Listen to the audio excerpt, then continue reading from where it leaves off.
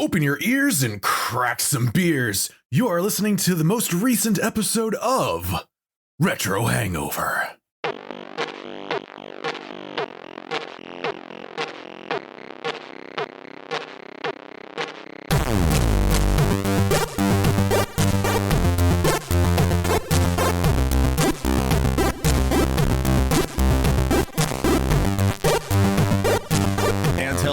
Retro and classic gamers, welcome to the podcast where we alienate aliens, allowing allegorical illusions at any acquiescence. This is Retro Hangover. I am your co-host, Chris Copleen, with Bill Barber from Gaming and Collecting Podcast, and, as always, your host, Shane. Tank-controlled Dick Dragon Koski. Yes, this particular Dick Dragon is incredibly difficult to maneuver, but, once you get the hang of it, it'll get defended until the end of time for maybe no discernible reason. It makes you more anxious and scared. Yep, that's what it does. It's for reasons. You just have to accept it. I'm starting this episode off with a whole bunch of salt already. I don't even know. I might be setting the tone. I don't know what's happening here. But you could have played it with the controller if it was on the 3DO. Hey, that's how I played it. Exactly. And that brings us to Bill Barber. How's it going, man? Yeah, it's going all right. I just finished moving, so I finally actually have all my games again. Huzzah. Congratulations. All that like Fort Knox worth of games. That's just... Yeah. Oh, I'm so jealous in your Sega CD and Saturn collection. Yeah, my wallet's not. It's still crying, so that was years ago. Not as much as it would be. Yeah, that's true. It'd be crying a lot more now. Let's not date this episode. Hopefully that's not dating, and just everything just levels out. They're like, oh, remember when games were expensive? Actually, yeah, let's hope it dates, and I can go back and be like, yeah, now Saturn games are like $25 a piece. Yeah, we just, you know what? You just have to wait for the next generation, like the Gen Zs, to start getting all nostalgic for their shit, and then our stuff will finally become reasonably priced again. That's how it works, right? I can't wait until they get nostalgic for digital downloads. Yeah, no. I mean, to be fair, Sega stuff's always been kind of expensive, but... Ooh. Do you guys remember Xbox Live? Oh my god. What? Oh, wait, it's not Xbox Live anymore? I don't even know what it is anymore. Is it Game Pass? That's like what it's called? I mean, sure, probably. I don't even know. Their marketing is... Well, the real nostalgia is going to be like when people are like, do you remember PlayStation Home when you had that little world you could walk around that nobody played? Oh, God. Can't buy that, kids. Haha. Things are just getting worse. I love it. Which is why we're a retro game show. We live in the rosy, basking glow of nostalgia. Yeah, we picked quite a game to do that with, too. Yeah. But before we get to our game du jour, which is Alone in the Dark, we like to talk about the games we have been playing lately. Yes, Shane, I'm saving that slogan for you, so I'm not stealing it right off the bat. You know what I'm talking about. But we like to start with our guest. So, Bill, what games have you been playing lately? So, I haven't really had access to most of my games for a while now, so I've been kind of limited. So actually, most of the games I'm playing lately are all actually related to podcasts I'm going to be recording at some point. So I've been playing a lot of Etrian Odyssey Untold, some Pokemon the trading card game, the GBA one, and then Diablo 3. Nice. It's a good selection. It's definitely eclectic. They're all RPGs, though. True. So a lot of time. I've heard rumors that we might like RPGs on this podcast. It might be heavily biased towards them. I'm not sure, though. Is that true, Shane? Yeah, I'm not entirely sure. I don't think we've fully explored that rumor quite yet. We need to play more RPGs. I heard something about Lunar at one point, Maybe we'll get back to that. I've definitely, absolutely not been putting off continuing playing that game. So what do you think of Etrian Odyssey? I've played the whole series. I really like it. I actually got into it because I played Persona Q, which is basically just Persona if it was Etrian Odyssey. They're fun little dungeon crawlers. I spend way too much time drawing the little maps on the bottom, which basically is the reason it takes me forever to beat these games. Yep. They're fun little Atlas RPGs. They're definitely as challenging as Atlas games can be. So there's that. Yeah, I've always really liked the mapping aspect of it. I thought it does look fun. It's really fun. It just kind of, I don't know how they're going to do it on the Switch if they ever move to the Switch. I guess they'd have to put a screen over to the side or something like that. Maybe. I don't know, like how you see how DS emulators do. I say, hear me out. Right. They can just create a new Switch, but it could have 2 screens and it'll be a clamshell design. Okay. This is totally new and innovative. Okay. Okay. Yeah. You got me. We could call it the Switch DS. Oh, I was thinking you would call it the Switch U and they would be detachable with asymmetrical gameplay. Oh, yeah. Sure. You could do that. Yeah. That's probably better than my cheap attempt at a joke. So sure. Yeah. Let's do that. I was following up with another one, Shane. I'm sorry. I ruined it. But what have you been playing, Shane? Oh, man. I mean, apart from this, actually, if you've been keeping up with our Sunday streams, as of the time of this recording, I just got done playing, I think, like 2/3 of a random ass Silent Hill mobile game from like 2007 that I didn't know existed. So that was pretty cool. Actually, surprisingly more in depth than I expected. Mechanically, not super great, but I will say it is better playing on a PC than a 9-digit keypad on a fucking Motorola Razr. So got that going for me. You don't know that. No, I'm pretty sure about that one, actually.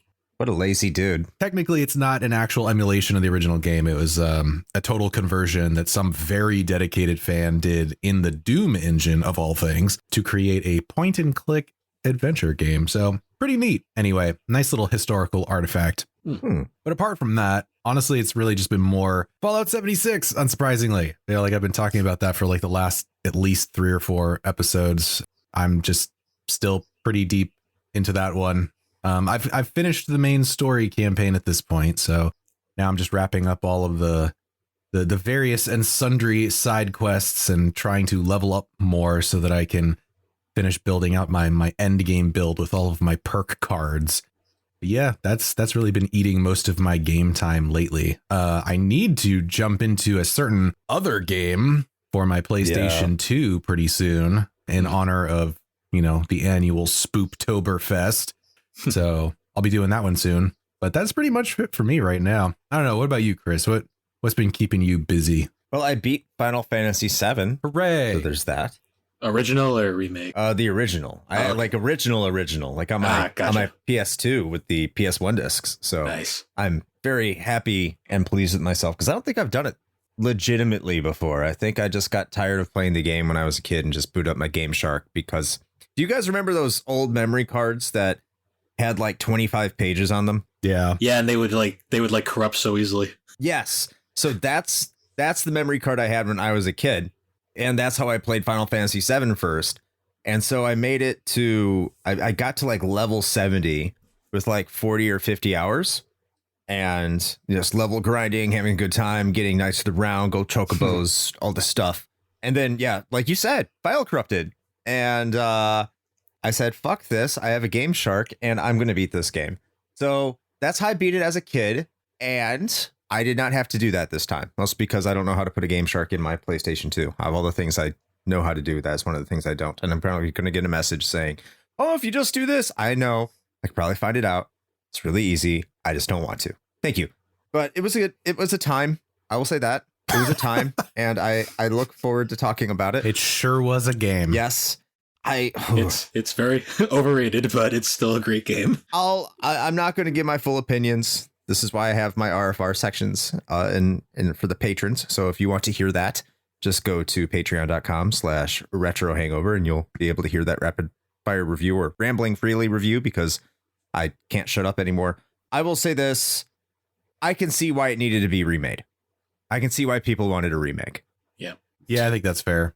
There's a reason why I said I feel like I got enough of the experience by watching someone else play it. Yeah. The question was, though, is that the remake that we really wanted, though? Well, you didn't want it to be split up into several different chunks that you had to buy separately over the course of like a decade? It wasn't so much that. It was more I didn't want them to change the story, which they did. Yeah, they did. in a clever way, but probably not the best way. But I will say this about Final Fantasy VII.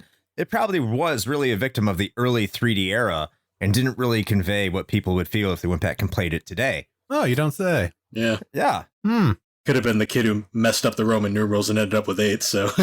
Oh, I was going to say, oh my God, you're not wrong. But much like our game today, oh shit, I gave it away. Alone in the Dark for PC. Yeah, it is, in fact, Alone in the Dark. The original, the OG 1992. It's got at least 8 polygons.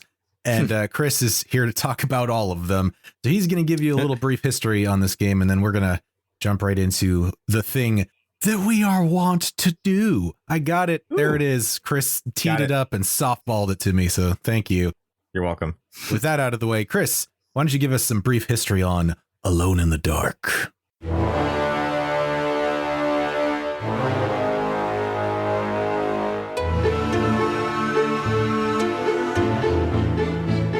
Survival horror. 2 words that, when strung together, typically evoke thoughts of games like Resident Evil and Silent Hill. And with good reason. They served as major catalysts for mainstream popularization of the genre. They were not, however, the first of their kind. In fact, they owe quite a bit to a common predecessor, a game that most consider to be the grandfather of survival horror as we know it. A game known as Alone in the Dark. In 1989, Friedrich Reynal had begun working with 3D technology with the express purpose of applying it to interactive entertainment. That is to say, video games. The fruits of his labors would materialize as a port of Alpha Waves, an art house-style platformer by Infogrames. Emboldened by this first endeavor, Reynal wanted to fashion a wholly original 3-dimensional gaming experience, and subsequently sought out fellow programmer Franck di Girolami, I hope I said that right, probably didn't, to collaborate on this new project.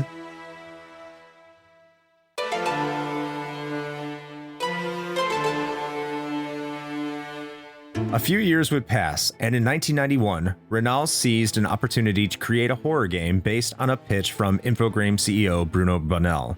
Despite 3D still being relatively new and exciting territory, Reynal was concerned the limitations of the technology would hinder the game with visuals too primitive to convey any sort of real, genuine tension or fear, so he decided to supplement this with the written word.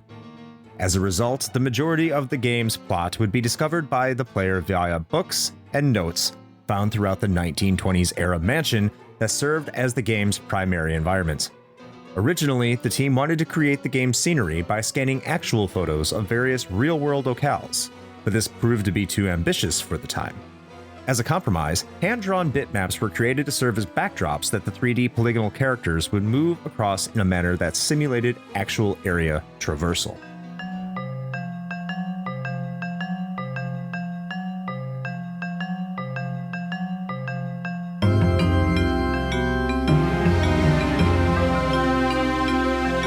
Alone in the Dark would officially get the green light to move forward in September of 1991, with it seeing its release on MS-DOS in Europe in 1992, while not arriving to North American shores until the following year.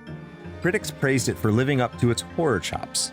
Great atmosphere and use of sound, in addition to the Lovecraftian themes, were big hits with several reviewers. Commercially, it would find success as well, with the game going on to sell an estimated 2.5 million units worldwide. These figures do include a port to the 3DO in 1994, though that version was not nearly as well received as its PC counterpart. These days, however, Alone in the Dark is more often brought up in discussions surrounding the games it served to inspire, rather than the game itself. After all, the developers behind both Resident Evil and Silent Hill have openly stated on multiple occasions just how influential this title was to their creative efforts. That is not to say that Alone in the Dark didn't get a franchise of its own. It certainly did. It received 2 direct sequels in 1993 and 1994, respectively, as well as a soft reboot in 2001 with The New Nightmare, a self-titled release in 2008, and an online-only title known as Alone in the Dark Illumination in 2015. Unfortunately, none of these follow-up games could live up to the praise the first received, with review scores ranging from acceptable to downright awful.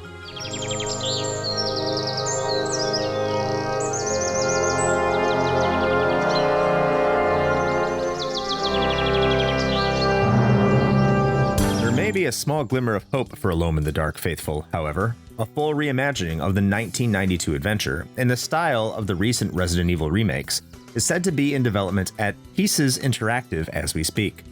Let's just hope it can break the curse of mediocrity that the series has been suffering under for the last 3 decades. And that is your brief history of Alone in the Dark. All right. Thank you, Chris, for that brief history. This is an interesting one. I mean, I hope that they're all interesting, because we do a show and all, but I had It'd be entertaining. Yeah, I had some very particular thoughts about this game, and I think some of it's changed after a little bit of self-reflection, but I don't know. I'm going to be curious to see what the two of you have to say, especially Bill, considering you played the 3DO version. I want to know more about that in particular. Yeah. Oh, absolutely. It's something. Oh, that's promising. Yeah, I mean, there's a lot here that kind of conveys, I think, what our feelings are about the game. They recognize, you look in the brief history, that they recognize they were dealing with very early technology, and they were just trying to make the best of a situation. I think a lot of this just has to do with the fact the way that it was received at the time, the way they built it up. It's because 3D technology, if we all remember, I don't know, Bill may not, he's very young, at least compared to us. This game predates my existence, so. Right. But we kind of remember how it was like back in 1992, 1993. Anything that was polygonal or had 3D graphics was just mind-blowingly amazing, even if it was terrible. I'm not saying that's necessarily the case for Alone in the Dark. I didn't play it back then. We'll talk about that briefly in personal experiences, but I can certainly see why this thing was hyped up at that time. Oh, yeah. Yeah, absolutely. The thing is, of course, and we'll talk about this more once we really get into it, but it's the same thing with a lot of games in this general era. We're like right on the cusp of, polygonal graphics, is that at the time, nobody necessarily was like, man, this sure does look like 8 triangles pasted together. Like, we were all just fucking blown away by it more than anything. Right. Maybe Not aged quite as well, though, but we'll talk about that. Yeah. So I guess let's hop right into personal experiences, and we'll start with us two, Shane, before we start talking about, I guess, the 3DO version here, because I am interested in hearing about that too. So I do actually have experiences with the PC as well, so I'll share those as well. Oh, sure. I guess I'll start this section off with myself because it's really easy. I'd never played the game. I think I just kind of said that in my response to the history. It's not even something I even heard much of, to be honest with you. I mean, I was 7, and why would I be playing a survival horror game on a PC when my PC could barely handle, 2D games, let alone 3D ones, right? I mean, that's back in the day where you really had to customize your computer to do anything more impressive than Minesweeper. Yeah, I never heard of it really until much later when they would do series retrospectives on Resident Evil around the time Code Veronica and Resident Evil came out. It's like, yeah, it's like Alone in the Dark. I'm like, I have no idea what this game is, but it must be good. But I still didn't even see like screenshots at it until probably the early 2010s or something like that.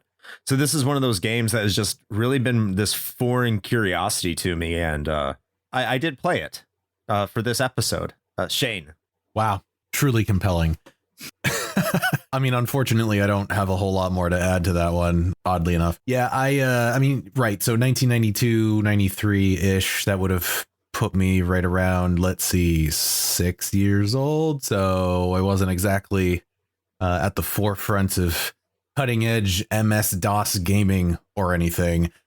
And honestly, I was aware of this game, like, growing up, only because, I had a pretty regular subscription to PC Gamer for many, many years. And so this was always in the background when, horror games, specifically survival horror, were ever mentioned. And with good reason. So I was aware of its existence, but I had never played it. It always seemed like a huge hassle. And that was, of course, before the advent of, like DOSBox and, that kind of ease of backwards compatibility on PCs and things like that. So, yeah, it wasn't until many years after the fact that I even tried this thing. And in the sake of full transparency, which, again, may or may not be kind of setting the tone for the rest of my discussion, at least for this game, I think It's just off the top of my head, I have tried to start this game at least 3 or 4 times over the last, like, let's say 10, 15 years, give or take. I don't think I've ever gotten past probably the first stairwell with like the gargoyles. Like and the reason for that was because I was just so turned off by a number of things that this game does, from the control scheme to the complete horseshit instant fail state mechanics and other things like that. I was just like, you know what? I got better things to do with my time, and went and played something else. So I think I've gotten 15 minutes into this game at any given point, anytime I've tried to play it, except for the most recent time for this episode where I actually successfully completed it. So gave me a different viewpoint on it. It was a hard one for me to get into, suffice to say. All right, Bill, what about yourself? I have like 2 histories with this game, actually, believe it or not. Like I said earlier, this game predates me existing, so I didn't pick it up until years after it actually released. Does anyone remember like those old, like the old Hot Wheels and Barbie computers from like way back in the day that were like god awful like PCs, but they were marketed to kids? Were they like compact Presarios or something like that? I think they were. They were like Windows 98, like potato computers that couldn't do anything other than like play this really like crappy like licensed stuff. Nice. Me and my sister Alex actually had those growing up. And they came with like this huge like variety of like software, like in different games to play. And there was like a bunch of set games that came with, like a bunch of Hot Wheels games and like Myst and stuff. But then there was some random games that they threw in. And this must have been either like they didn't pay attention or like a mistake or something. But Alone in the Dark was actually included in like the bonus games that they added with mine. Wow. And this was before the rating system, so I guess that's probably why it like kind of just slipped in like unnoticed. I had to have been maybe like 4 or 5 at the time. I didn't know any better. So I was like, ooh, what's this? And I put it in, saw the opening intro, and I was like, I'm not sure what's going on here. And then I saw the frog jump scare, and I immediately turned it off and put it away and never played it again. You know, that's hilarious. You're admitting to being scared by the frog jump scare. Yeah, I was. Different times. That's awesome. Well, it just pops at you on the screen, and like, as a kid, I was like, video games aren't supposed to be scary. What is this? Years later, I had picked it up again, like after I like turned like 13, and I was like, oh, I was scared by that, and I saw the graphics, and I was like, oh, this is interesting. So I never really finished it back then. And then years later, when I finally got my hands on a Panasonic 3DO, which I'd been searching for years, one of the games that came with it actually was the copy of Alone in the Dark once again. So I was like, all right, I'm finally going to sit down and play this thing. So I try it out, and I was surprised at how accurate it was to the PC from what I remembered. Like maybe like there was a bit of resolution like differences and stuff like that, but for the most part, it was pretty much the same game. But my God, playing it on the 3DO controller was something else. Like it was like Resident Evil, but like worse, if that's imaginable. No, it's not imaginable anymore. Yeah, I get it. I totally get it. Yeah. Especially with how limited the 3DO controller is in reality. But I did actually get through the entire game with this playthrough, and I'm not going to lie, like the 3DO port gets a lot of crap, but aside from the controls, it's really not that bad. It's pretty much identical to the PC version, just with the slightly reduced graphics, and I think there's some slowdown every now and then, but it's mostly the controls that really hold it back from being a solid port of the game. I do want to talk about that when we get to gameplay, because I would think that the controls would be more beneficial on the 3DO, considering it's a controller and not what they did instead on like more of a modern setup. But again, we'll get to that in gameplay proper. But yeah, that's really interesting. Now, one thing I will say is interesting about this game is its writing and its plot, which is, as you heard in the brief history, is mostly told through memos and books and everything like that. That might sound familiar to survival horror fans. But Shane, how about you kick this one off? And you're the most literate one between the two of us, and I don't know where Bill's at.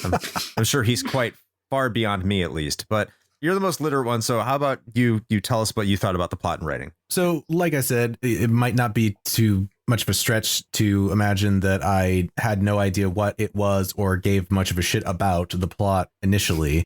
But once I got myself to actually get through the game and experience the whole thing and kind of see the whole thing unfold, I actually kind of dig it. I'm not going to lie. Like, it's not anything super mind blowing, but it's actually pretty cool. The high level, for those of you who are not necessarily familiar with the plot of this game, it's primarily set in a place called Derceto Manor, which, fun fact, by the way, I found this out after the fact, that Derceto is actually based on the name of a Syrian deity for fertility and protection, which actually kind of makes sense when you think about what goes down in the story. And it's owned by this man named Jeremy Hartwood, who is a noted artist, and he ends up committing suicide by hanging himself in the loft, in the attic section of the attic, or of the home rather.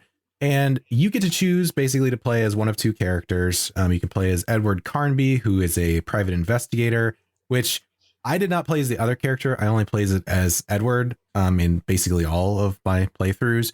But I just want to say that I find his like motivations hilarious. That like this man gets caught up in this nightmare house basically just because he's like overdue on his bills, and he takes like the Nicolas Cage approach of, I will do anything as long as you're going to pay me for it. And like just shows up there because he's looking for like this piano in the attic because he got paid like $150 by some woman, and he was like, fuck it, yeah, I don't care. That's a lot of money in the 1920s. It was, yeah. But I find his whole like backstory fucking hilarious. So you can play as him or Emily Hartwood, who is Jeremy's niece, and she's also interested in finding this piano because she believes that it has some sort of little secret drawer in it somewhere with essentially what she believes to be Jeremy's suicide note. So she wants to know more of why he did what he did. And so regardless of who you play, you end up at the Derceto mansion. And the rest of the story, as we kind of alluded to in the brief history, is really sort of unfolded through various books or journals or notes that you find sort of scattered throughout the premises. And as far as like plot and writing goes, it's actually pretty good. Like, there wasn't anything that really struck me as like super poorly written or like cringy necessarily. Like, it was all actually written fairly well. I did really appreciate a lot of the literary excerpts that they used, and also how those factored into the gameplay, which I'll get into a little bit later. But yeah, I think by and large, actually taking a look at this as a whole and getting past that like first 15 minutes of BS, I actually do like the plot. And it kind of goes into, what happened here with this occultist pirate of all things named Ezekiel Prext. His corpse is underneath the house, spoilers, in a set of caverns inside of a tree. Apparently some dark ritual shit was going down in order for him to like increase his fortune and like unnaturally extend his life. And so his body was placed down there by his followers / servants, I guess. And essentially the reason that Hartwood commits suicide is because he doesn't want his body to become a vessel for Pregs to come back. So once that happens, then basically the main character becomes the focus of this otherworldly occultist pirate who's basically trying to claim your body as a vessel. So pretty neat. Yeah, I tend to agree, and I'll get to my thoughts on that after we hear from what Bill thinks. Bill, what do you think of the plot here? So, for a survival horror game, like, usually the plot is kind of like what, like, I'll look at the most, like, for, like, what keeps me engaged in a lot of these games, because I'm not a big fan of, like, the jump scary games or, like, certain games that just kind of, like, there's no, like, substance, like, that keeps you interested, and they try to go super far into the horror aspect and not so much the atmosphere and, like, the world building. So, for what Alone in the Dark does, like, especially for, like, a 1992 game, it honestly really does, like, drag you in from the start. I haven't played the PC version in forever, so I don't know if it's in there, but on the 3DO version, there's like this like narrated opening that's pretty cool. Like it really does like pique your interest, and then like kind of like I love like the exploration, and like you kind of have to like look deeper to find like the subtleties of the plot, like kind of similar to like what Resident Evil would later follow up with. And like I find stuff like that really fascinating, especially for like such a primitive game in the like honestly one of the earliest games in the genre in reality. Yeah, and I'm just probably going to echo a lot of what you two said.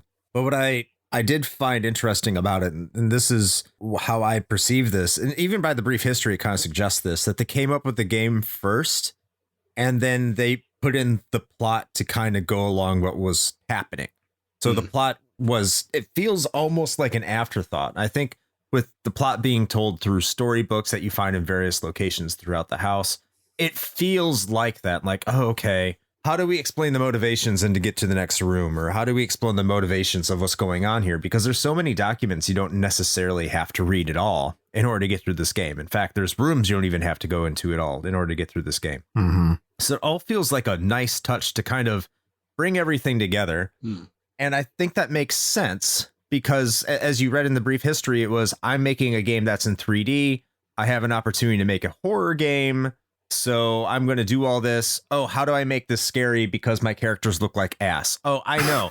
I'm going to have fantastic little Lovecraftian stories with allusions to eldritch monsters, which makes sense because they wanted to tie this into the Call of Cthulhu tabletop game.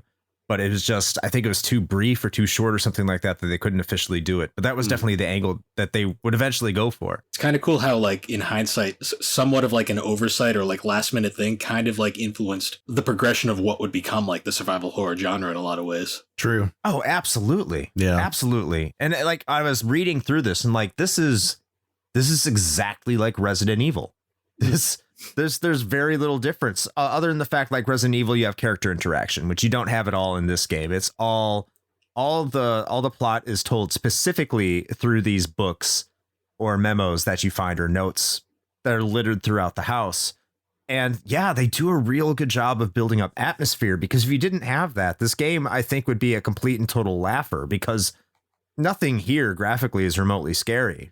But the books themselves they give credibility to what you're doing in terms of some sort of horror intention that you're not going to get from what the game is doing on its own. And I think that is a true testament to what this game was able to do with really the limited technology that it had. And I know I'm going to dip a little bit into sound here, but the voice acting that they have on some of these books is just stellar and really gets the plot across in a way that I don't think could have been done if it didn't have it. Yeah, no, I totally agree. And you know, I think the other thing that really lends credence to a lot of what they've done here is just they did their homework, right? I mean, a lot of the stuff that's referenced either indirectly or in a lot of cases just directly in a lot of the stuff that you find is just straight from H.P. Lovecraft mythos, you know, whether they're referencing tomes like the Necronomicon or the De Vermis Mysterious or things like that.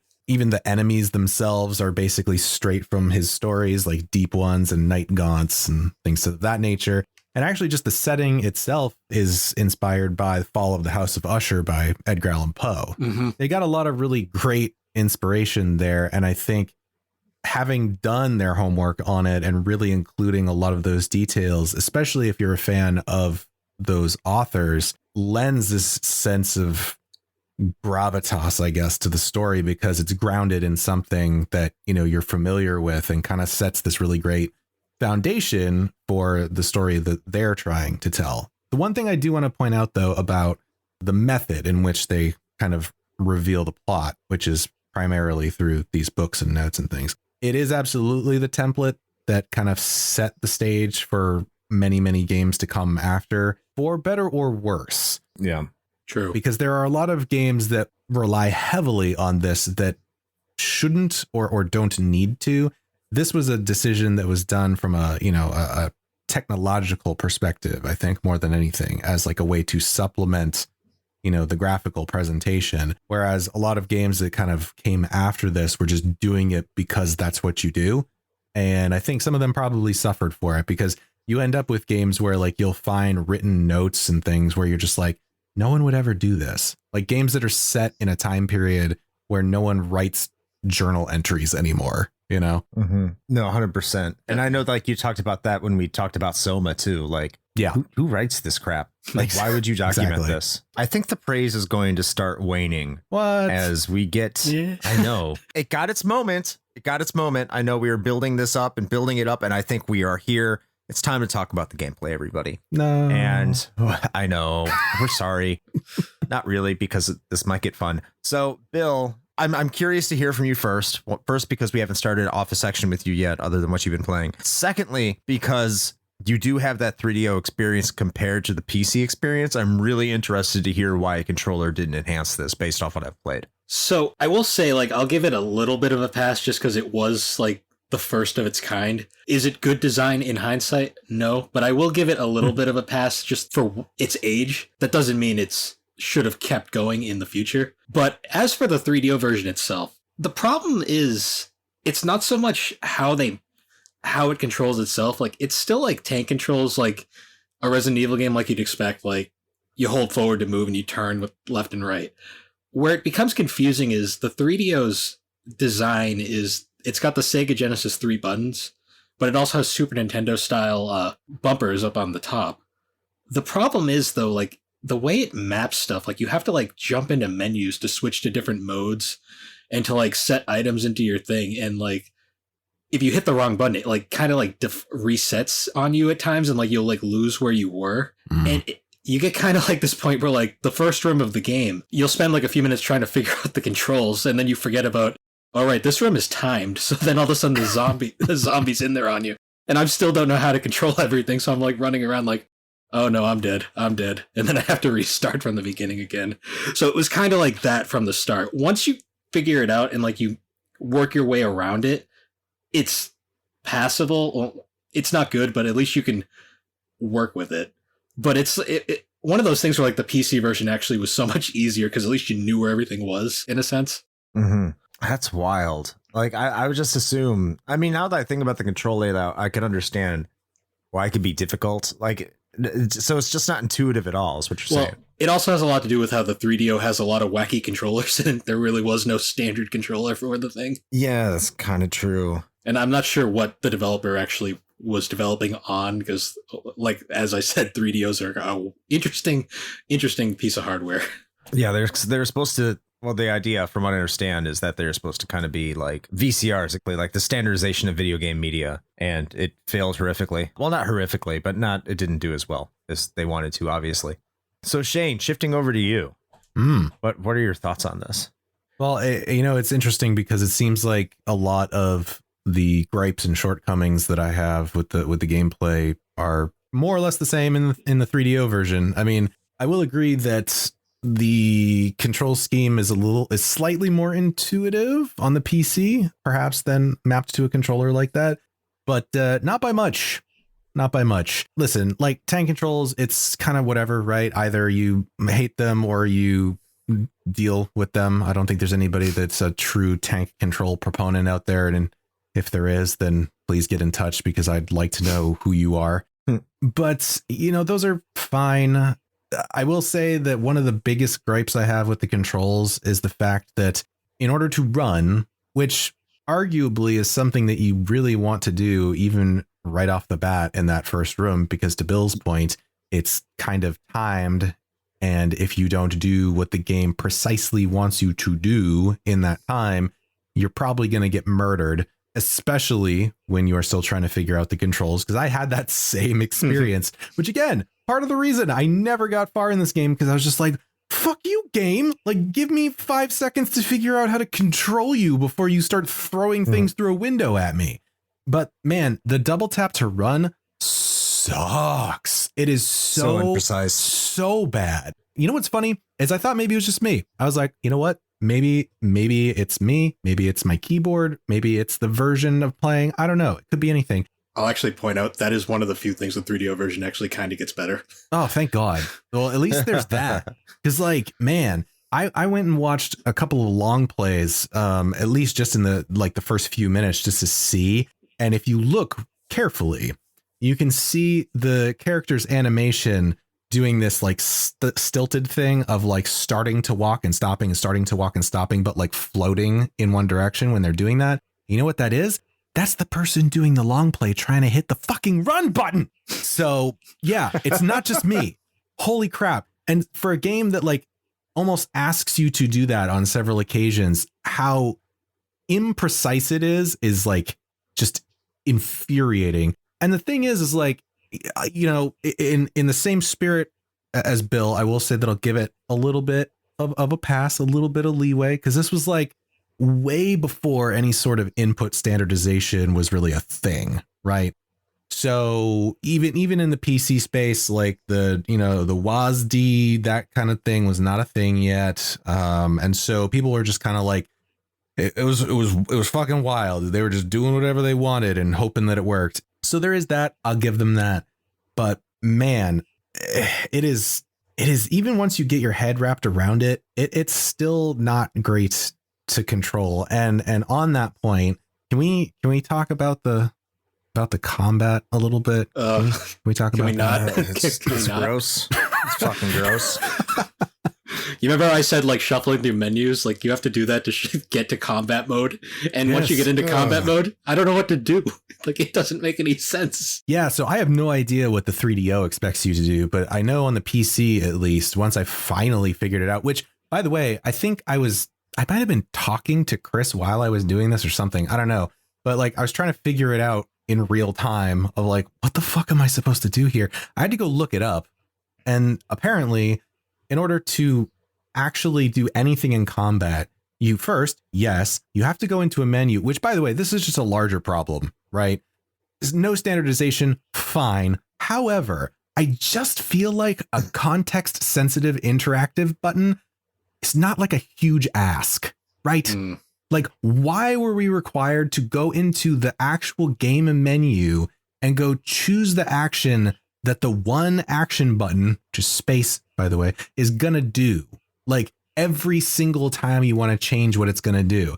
And there were many times, at least for myself, and I'm sure I'm not the only one, where like I had just got done, searching a cabinet, let's say, which also the animation for that is great because it just looks like he's an old man who's lost in a mall.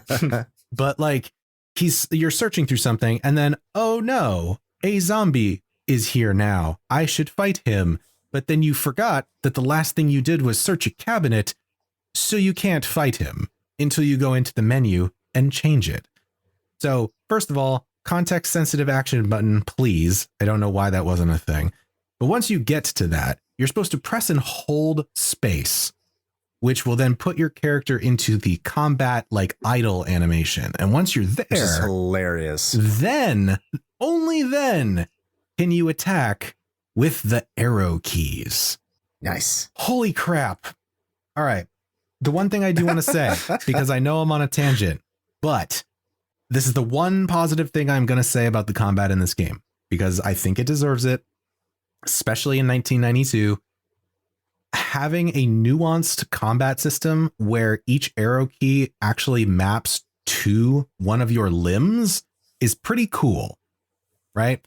So like, the left key, if you're just like punching, if you're just doing fisticuffs, you don't have like a shitty saber that breaks after 2 hits. No. Then like the left arrow key will cause you to punch with your left hand, right arrow key is right hand, and then the arrow keys are kick. If you've got the better sword later on, then those are slashes horizontally, and then up is a downward overhead slash. That level of nuance is actually really neat. The bummer is it's completely underutilized. You only use it once in the entire game, and that is when you fight the pirate with the sword, because you have to hit him in the right direction where he's not blocking. So it is basically like a real sword fight. Kind of cool. Literally the only time that this control scheme matters. Sort of. When's the other time? Oh, I'm just saying it doesn't. Oh, like at all. You guys have covered most of the ass pain here, and running isn't something you just want to do. Later in the game, it is required that you do it, or else you will die. Yes. So you have to know how to run, and if you can't hit that run, which is finicky and imprecise and a pain in the ass, it's awful. Now, talking about selecting your action in the menu, I don't know. Again, it's the Wild West thing. I don't know. I'm not a coder. I'm not a programmer. Seems inexcusable. I don't really know of any 3D platformers or anything that was even close at the time. I think I get the feeling like the developers are big fans of Uninvited and Shadowgate. They had to have been. There's no, because this game plays somewhere in between what they would envision a top-down action game, like a 2D action game or whatever was going on. I think that they had games like that in like Ultima or maybe like Secret of Monkey Island. Was that before this? I'm not sure. But there were games that like were on a 2D King's Quest. King's Quest. This is a lot like an action-y King's Quest, like a poor man's King Quest in a way, when you think about it. And it does a lot of things that blend all these things together because it gets extremely obtuse at times and will force you to save the game every like 5 seconds. Because if you don't save your game, there could be something around the corner that will just randomly shoot an arrow at you and you'll die. Or you'll touch the wrong thing. It will turn into a monstrous blob that will chase you throughout the house until you die. Or you'll fall off a ledge and die. Or you'll read the wrong book and die. And what tells you have to take a heavy statue and throw it at a set of armor in order to kill it? Yeah. In order to progress. There's like so much there. This is an adventure game first and foremost, and it has its roots in obtuse adventure games. The fortunate part is that there aren't many situations. There is one, and that's the mirror with the gargoyles, that if you get hit while carrying the mirrors will shatter and you cannot beat the game. But other than that, this game doesn't really ever soft lock you into anything. It's not one of those games that can completely screw you over because you forgot an item somewhere along the line that you can't go back and obtain at some point, right? True. So I will give credit where credit is due in that aspect. It is a very accessible adventure game for what it is. But the controls themselves are clunky and it's very obtuse. So I could see, yeah, I understand. This is a very short game too. You can get this game done in about 2 to 3 hours. So I can understand when you have this much processing power, why the developers would want to make things obtuse, because they want to make sure that you're playing this game for longer than a night or longer than a week. Like they want you to think, they want you to figure it out. It can't be too easy, but at the same time, there's sometimes I was using a guide here and I'm like, if I didn't know, and I'm going to go back to the arrow example. If I didn't know I had to stand off screen in this certain part and throw arrows at a painting, I would not be able to advance on my own for a long time. Well, yes, but that's the thing. And oh God, this is the thing that irritated the shit out of me about this game is that, like I alluded to this earlier, the instant fail states where like you had no warning. There's no way of knowing these things were going to happen. No. And it's funny that you bring up the arrow one, because you didn't even talk about the thing that accosts you the minute you walk into that fucking hallway, which is the first painting where you have the Native American painting with the axe there. And you're just like, oh yeah, that's an interesting painting. Definitely not something that's going to murder me later. And then you walk like 3 steps down the hallway and a magical fucking axe flies out of the painting and kills you. No way of knowing that. And how do you solve that, by the way? As they do. As they fucking do. Right. And what's the only way to solve that? You take the blanket you found in the first room and drape it over the painting. Because I guess they were both Native American things, and therefore you should have put 2 and 2 together, I guess. You know, the first room where you're trying to figure out how to play the game and then a surprise zombie attack and you're not really looking for stuff. Yeah. The last thing I was thinking about was this fucking blanket. I'm like, what is... Oh, God. Yeah, and that happens so many times that it's so... Can you imagine if this game didn't have a just save anywhere you want function? If it was like Resident Evil or something where you had to save at like a save room? Holy shit. Yeah. Or had limited saves. I would never finish this game. Yeah, no. So that is a saving grace, right? That at least you can save anywhere, anytime. And at least the 3DO has built-in memory. Right. Oh, yeah. Could you imagine if it didn't? Actually, fun little off-topic thing about Alone in the Dark on the 3DO. The 3DO itself doesn't have a memory manager, but Alone in the Dark actually has a memory manager built into it, so you can manage your memory. Wow. So that's the reason you load up Alone in the Dark, is to manage your memory. Yes. I mean, okay, so the other thing, and maybe this is just me, I'm actually curious about the two of you, because it flew completely over my head until Chris brought it up in our Discord, where he was just like, oh yeah, that book tells you how to do that. And I was like, wait, what? It does, yeah. And then I went back and I realized that actually most of the books that you find, if you find them, if you're thorough in your searching, are not just great little literary excerpts, but they actually have to do with the solutions to a lot of the puzzles that you're going to encounter shortly after. Like one of the very first ones, right, is like the book on the shelf in the first room with the excerpt from the Golden Fleece, where it talks about, defeating Medusa by polishing their shields into mirrors, which is going to be a solution to how to get past the gargoyle thingies on the stairs by putting the mirrors up. Yep. I totally did not put 2 and 2 together about any of that shit. And maybe I'm stupid. I don't know. But like, I saw those books and I was like, that's really neat fluff. That definitely doesn't mean anything. And then when I got to the puzzles, I was just like, how is anyone supposed to solve this? You know what game another game that reminds me a lot of Alone in the Dark? It might be a bit of a stretch, but Clock Tower in a way. Yeah. I mean, that's another adventure game. And in many ways, Clock Tower kind of follows in Alone in the Dark's footsteps, except from a 2D perspective for the Super Nintendo. Yeah, and the randomness that can happen if you're not paying attention and suddenly you're in the bad ending. Remember, don't save your friends. Let them fall. Let them all fall. At least you don't have to worry about any of that shit in this game. You just have to worry about yourself. True. Did any of you play with Emily? I've done a playthrough of both. There's not a whole lot different other than some minor story things. Okay. I did not. I only played as Edward. So is her character portrait like just as fugly? Yep. Mm-hmm.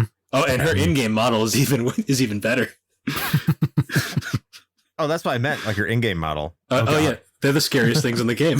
Oh, yeah.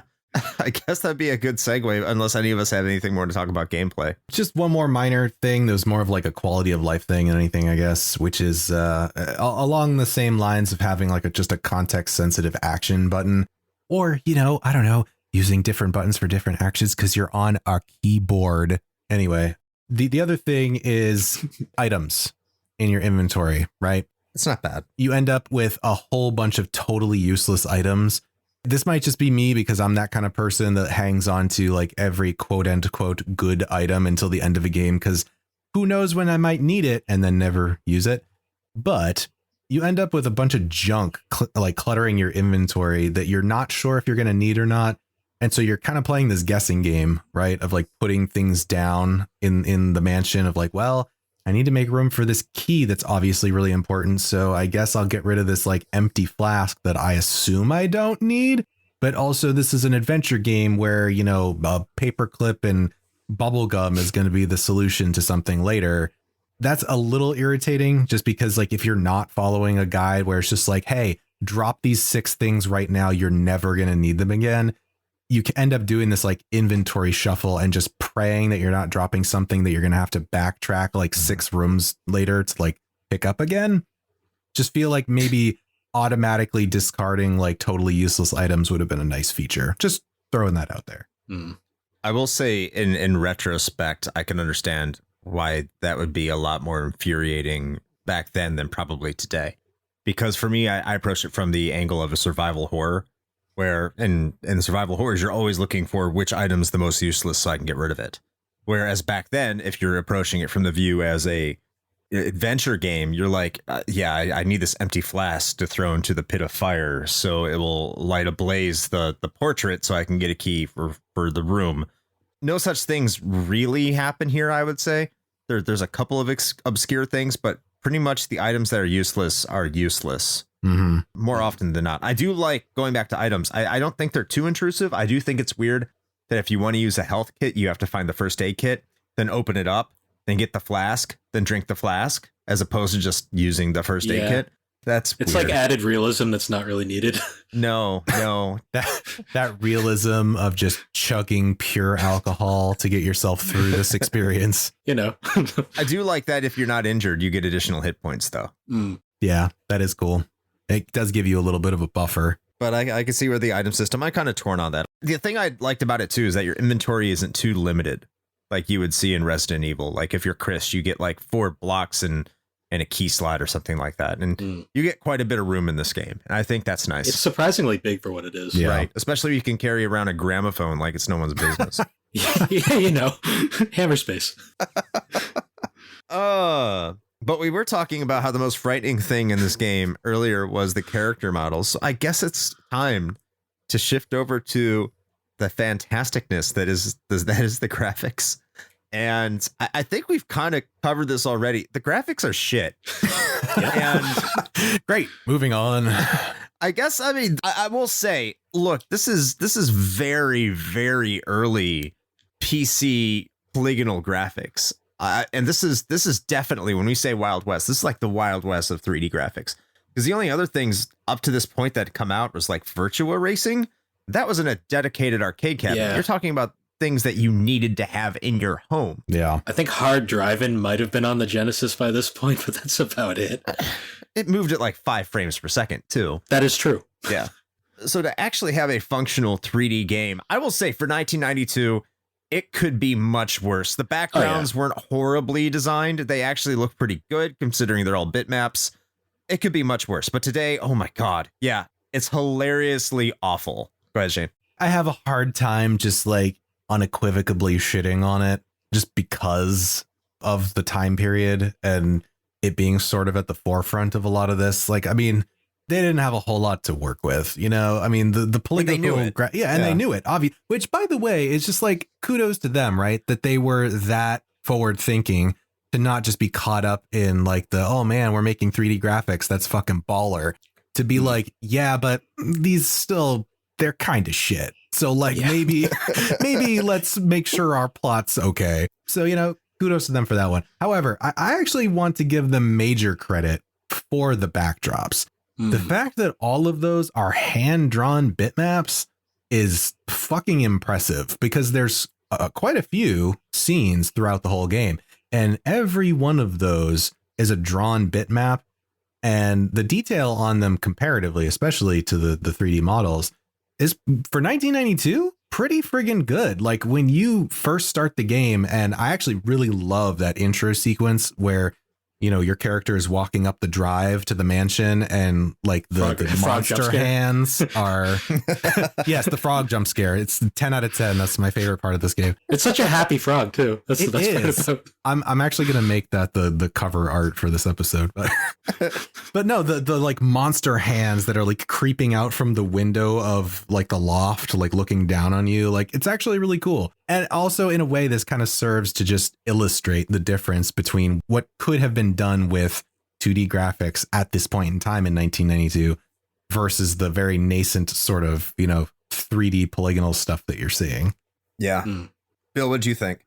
You know, 92, I mean, it's not going to be like the greatest looking thing ever. I will actually say, though, when I compare it next to like Resident Evil, yeah, Resident Evil has better graphics in a lot of ways, but I actually think the uncanniness of like Alone in the Dark actually gives it some points in my book, because that game is legitimately kind of like off-putting when you're playing it. Like sometimes when like the characters will like move towards the screen, like sometimes it's like I'm not sure what's the monster and what's the player character at times. I will say, like, the monster designs themselves, I actually think are really like fascinating. Like if they were, that's why I'm looking forward to this quote unquote remake coming up soon, because like some of these designs I think could actually be legitimately scary in like the right context. Yeah. I could see the squid in the bathtub being really cool. Oh yeah. I think the only one that stood out to me as just really friggin' goofy was like one of the first one that you come across in the attic. The zombie. Yeah. No, not the zombie. The like weird, like giant mutated rat looking thing. Oh, that thing. I blocked him off and didn't see what came at me in the attic. Oh yeah, you just knew to do that, huh? Yeah, that's I forgot. crazy. I was running away from it for 20 minutes, you know. How do I attack? Oh, I'm dead. But yeah, remember you have to shoot that thing when you get into one of the rooms. Yeah. So. Yeah. Also, the jankiness of like the movement also is really off-putting. Like it makes them way more unsettling than they should be. True. As you're constantly trying to double tap up, it looks like he's just jittering the entire way. Yeah. But I will say, I mean, I have to agree with Shane, though, that the bitmaps are really impressive. Some of the transparency effects are pretty impressive, too, especially when you're being chased by that like group of balls when you touch a ghost on accident. Yeah, those are pretty impressive. I like the game over screen, too. Yeah, that's pretty cool. Oh, yeah. You see it a lot, so. Yeah, sure do. Unless you hit escape quick enough and be like, true. Well, you can't do that on 3D. Oh, true. Okay, let's move on to this game's sound and music. And I'll kick it off with you, Bill. First, what do you think about this game's audio presentation? You know, I liked it. It's very atmospheric, but it's also like high energy at times. Like especially like the like combat sequences, or when like a creature like appears in the room, like you get that like high like piano organ like kind of sound. Yeah. It sounds pretty good even for today's standards. I would tend to agree with you, Bill, in terms of, I just think the sound direction overall is really good. I do have my beef with some of the music, especially because after I'll defeat a zombie or something like that, or whatever type of monster, it'll play that music and it'll keep going until that music loop is over. It won't just end. Yeah, true. Once the encounter is done. And that sucks, especially if you reload your save right after you defeat the zombie. There'll be no zombie there or monster there, but it will replay the combat encounter music. I'm like, I already heard this. It's fine. A bit of archaic programming there. Yeah. A little bit, but it removes the tension it was intended to put in there, or any sense of that possibly could be. As I said earlier, the voice acting in this game when they're reading the books is, I think, fantastic. You can tell it's a little compressed, but why wouldn't it be? It makes sense. They're trying to get as much onto that seat compact disc as possible. And I don't know if it was on the 3.5 inch floppies. I would imagine maybe, but I don't know. But that would explain more why it would be compressed, of course, because there's just not so much memory on there. I will also say it gets bonus points for having Dance Macabre in this as a battle mechanic. So I do appreciate that. That's true. I would 100% agree with Bill, especially. Like, I was surprised at how much I liked the music in this game. I wasn't expecting a whole lot, but it is actually very atmospheric when it wants to be. And with that little quibble about the combat loop kind of taking a little bit too long most of the time, which is true. Yeah, overall, I actually really enjoyed it. It's very well composed. I think it fits the environment really well. I tend to disagree a little bit with the sound design, though, on some things. Okay. I think it's implemented really well, especially when you get just like, random monster groans and stuff when there's actually nothing there to kind of keep you on edge. That's cool. I did really like the creaking floorboards for your footsteps, and like the squeaky doors, definitely giving you that old disused manse kind of feel. So really liked that. But some of the sound effects I just thought were like really lackluster. Like the sound effect after you drink like a health flask and he's just like, I'm like, yeah, okay, I could do without that probably. Being picky. Also, the combat slap is fucking hilarious. I just want to put that out there, that like, no matter what you do, whether it's a punch or a kick, it's just like a whap noise. And so I couldn't get it out of my head the whole time that I was just like pimp smacking zombies. You're just playing GoldenEye slappers only. Exactly. Yes, that's exactly it. But yeah, I think the music is really where this excels. I think some of the effects that were chosen, maybe not the best, but overall not bad. I think they nailed what they were going for. I tend to agree. I do want to go back to your nuance with because you said the smack, and it reminded me why I want to go back to the nuance where you said fighting the pirate in that one room. Yeah. If you just get him to a corner and you keep on pressing the side buttons, he can't counterattack, and you can cheese your way to victory. Oh, I definitely didn't do that. I was right in the middle of that hallway, just mano fucking sword fighting this asshole for like 5 minutes straight. That was the longest fight sequence of the whole game because I could not land a hit on that guy. It almost sounds like the highlight too. Kind of, for maybe a minute or two. And then I was just like, just fucking die. Like it just got irritating after that. All right. I don't have any miscellaneous that I don't think we've already brought up in just the organic state of us talking through this game. Do either of you have any miscellaneous information that you want to bring up? I was going to point out it's pretty interesting, but the game has ironically only seen 2 console releases in its entire existence, and both of them are on like some of the most obscure systems ever, which is kind of interesting. What's the one other than 3DO? So it saw the 3DO release, and then it also saw a limited release on the Japan only FM Towns Marty. Oh my God. Wow. Really? Yeah. I'm not sure how that version is because I've never actually seen anything play on the FM Towns Marty. I just know it exists. That also had like Super Street Fighter 2 Turbo on it, right? That's like the other system that had it? Yeah. Wow. It also had a lot of porn games on it because Japan. Oh, yeah, Japan. Yeah, It's all anime too because they got to blur things out. The 3DO had a lot of porn games in Japan too. Plumbers don't wear kawaii. Yes. A+. I don't know. Yeah, the only thing I wanted to throw out there was actually nothing to do with this game. I wanted to just touch real quickly on that reimagining we were talking about. So it is being done by THQ Nordic and Pieces Interactive, which I believe is a Swedish developer. And they released some like pre-alpha footage of what they've been working on this year, actually.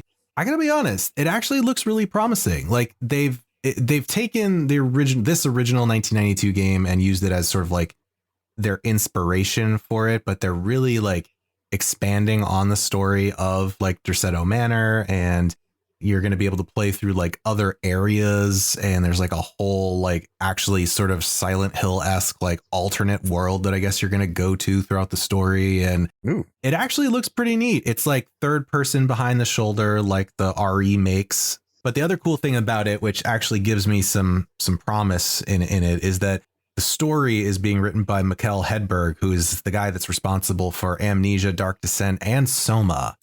Oh. So I feel like this actually could be pretty good. So maybe the Alone in the Dark franchise is finally going to get pulled out of the gutter where it's been for like 30 years, which, good Lord, we're not even going to touch on that Christian Slater movie adaptation they did. Holy shit. I forgot that was a thing. Yeah, you're probably better off for forgetting. Yeah. I will say that THQ Nordic has been kind of on a run with like all these remakes lately, so I actually have high hopes. Yeah, definitely. With that pedigree, they better not fuck this up. That's too good of a writer to fuck this up. Well, with that being said, I think this brings us to the conclusion of another episode where we talk about whether or not this game holds up today. So, Shane, how about you start this one off? And of course, the guest has the final word. Do you think this game holds up today, Shane? No. I'll just go ahead and, usually I pontificate about some shit, but no, man. Like, okay, this is important. It's an incredibly important landmark game, right? If you want to go back and experience what really set the foundation for the likes of things like Resident Evil and Silent Hill and all these other survival horror games, then, you can do that. I mean, you can get on Good Old Games, or it's actually on Steam too, and you can fire this up. And I would recommend just playing with a walkthrough if you're gonna do that, because it just gets frustrating. Like, listen, in 1992, right, none of us had a Steam backlog. Okay. So we had like 5 games that we had to play. And in that sort of setting, it was like, yeah, okay, sure. Like I have all the time in the world to sit here and trial and error my ass through this game. But even then, I have to believe that some of this was infuriating. And it's even more so now in with hindsight, it's bad game design. It just is. And so it gets really frustrating. You're going to have to save a lot. You're gonna have to like just die and then figure out what to do to solve the puzzle to not die and do the exact thing that the developer wanted you to do, which is an endemic issue with a lot of adventure games, especially older ones. So does it hold up? No, not really. It's a relic of the past, and it is an interesting curiosity. But would I recommend somebody go and spend time playing it now? Not really. Maybe hold out for that reimagining, because you might get a better story of the Derceto mansion in that than you will here. I'm gonna stay on theme with one part with you, Shane, and like, God, no, this game does not hold up today. You just look at the graphics, and if that's not your indicator, the controls certainly will remind you that it's not. That being said, where Shane is saying like kind of avoid it, I'm going to say if you're a fan of survival horror, especially from this era, and you have not played this game yet. So if you are a big fan of Resident Evil 2, Silent Hill, even Silent Hill 2 to an extent, because by that point, I think you move far enough away from the original, you maybe not so much a fan of modern survival horror. You really got to be a fan of survival horror of that era. You owe it to yourself to go play this game. You have to play this game. And the reason I say that is because like everything about this game feels like an early alpha of Resident Evil. So you can see all the foundations and all the building blocks that are there that makes Resident Evil the breakout success survival horror would have as a genre. It feels comfortable enough that with enough patience you can make it through it, and you do need quite a bit of patience in order to get through the first Resident Evil. Let's not kid ourselves. That game has aged questionably as well. It's kind of rough. But if you're a fan of that game, this is a game that you can see everything there. The books, the memos, the way they tell the story, the way you do combat in a way is almost identical to Resident Evil. A lot of the puzzles are not identical, but like the way you figure things out is similar in a Resident Evil sense. And, you know, it's more bullshittery because it's more leaning into its like adventure Shadowgate kind of inspiration, I'm assuming. But yeah, like, no, it's a bad game and you're not going to like it, but you do need to play it to appreciate what would come later, because it's not that far off. It really isn't. But is it good today? No. But you should play it. I know that sounds completely contradictory, but just roll with me here. Okay, so Bill, you have the final word. What's your thoughts? All right. I'm going to kind of echo both of you guys a little bit, because I do agree, no, this game has not held up in like modern days. But I do agree with Chris that it should be experienced if you are a fan of the survival horror genre, because it really is a landmark game like in this genre, and it's a huge piece of like the history of horror games, survival horror, and that entire, basically like everything that we know now kind of started here in a lot of ways. I will say though, even like for the Alone in the Dark series in itself, I don't actually think it's even the best game in the series, to be honest, because I think A New Nightmare was honestly the better game in a lot of ways. But overall, I have pretty high hopes for the reimagining, and I definitely say probably this one is definitely for the survival horror fans, but most modern people, like most like regular like just general gamers, I'd probably just maybe like I wouldn't even bother with this one, to be honest. I mean, I'm just saying, you know, there's plenty of long plays on YouTube. You could just watch that's a thing you could do. Yeah. Yay. Well, I suppose on that note, that brings our discussion of Alone in the Dark to a close. So first and foremost, we would like to thank our most esteemed guest, Bill. Thank you for jumping on here and chatting with us. It has been a pleasure. Yeah, no problem, guys. Thank you for having me. Honestly, you guys were like one of the big inspirations for me starting my podcast, and it's actually awesome to finally get to talk with you guys for once. That is still insane for me to hear, but I appreciate that. And speaking of your podcast, where can the fine people at home find the thing that you do? So I do a few things online. You can find pretty much all my stuff at linktree.com/thebarberwhogames. I run an Instagram blog where I show different parts of my collection on Instagram at thebarberwhogames. And then I actually have two podcasts I'm currently working on right now. I have my main podcast, the Gaming and Collecting Podcast. It's a gaming and anime-based nostalgia podcast I do with me and my younger sister, Alex, where we just talk about different games from our childhood or different like animes. And we just we give our different thoughts on an assortment of different topics. And then aside from that, I actually recently started a second podcast called the 3DO Experience, where I'm actually talking about the 3DO itself and going over the history of the console and then the company that created it. Nice. Also topically relevant. There you go. Well, that is fantastic. So once again, thank you, Bill, for being here. As far as we're concerned, I suppose if you're listening to this, then that probably means that you've somehow found us out there on the ether that is the internet. And so we hope you've enjoyed your time here. If this is your first time around, then hi, how's it going? Hope you enjoyed your stay. If you are a returning listener, then we very much appreciate you coming back for more auditory punishment from Chris and I. If you'd like to engage in the show beyond just allowing it to sort of massage your cranial cavity, then you can do that. And we make it simple, much like Bill and all the other cool kids that we know. We have a link tree, which I was told at some point is like so 2010, but we're old, so I don't care.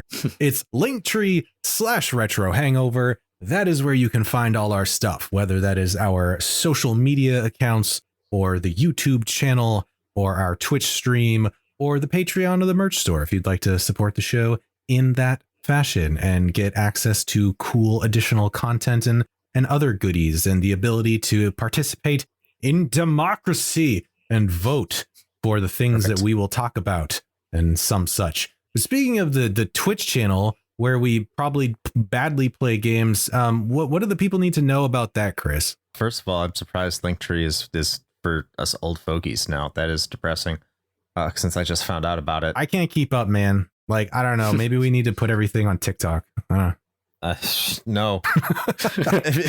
You can go to twitch.tv/retro hangover where you can see us in video form on Sunday nights at 9 p.m. Eastern time. So swing on by there and you might find something you like, or you might not like, and just sit there and make fun of us the entire time. We don't care. Yeah. As long as you go to twitch.tv/retro hangover, hang out and have a good time.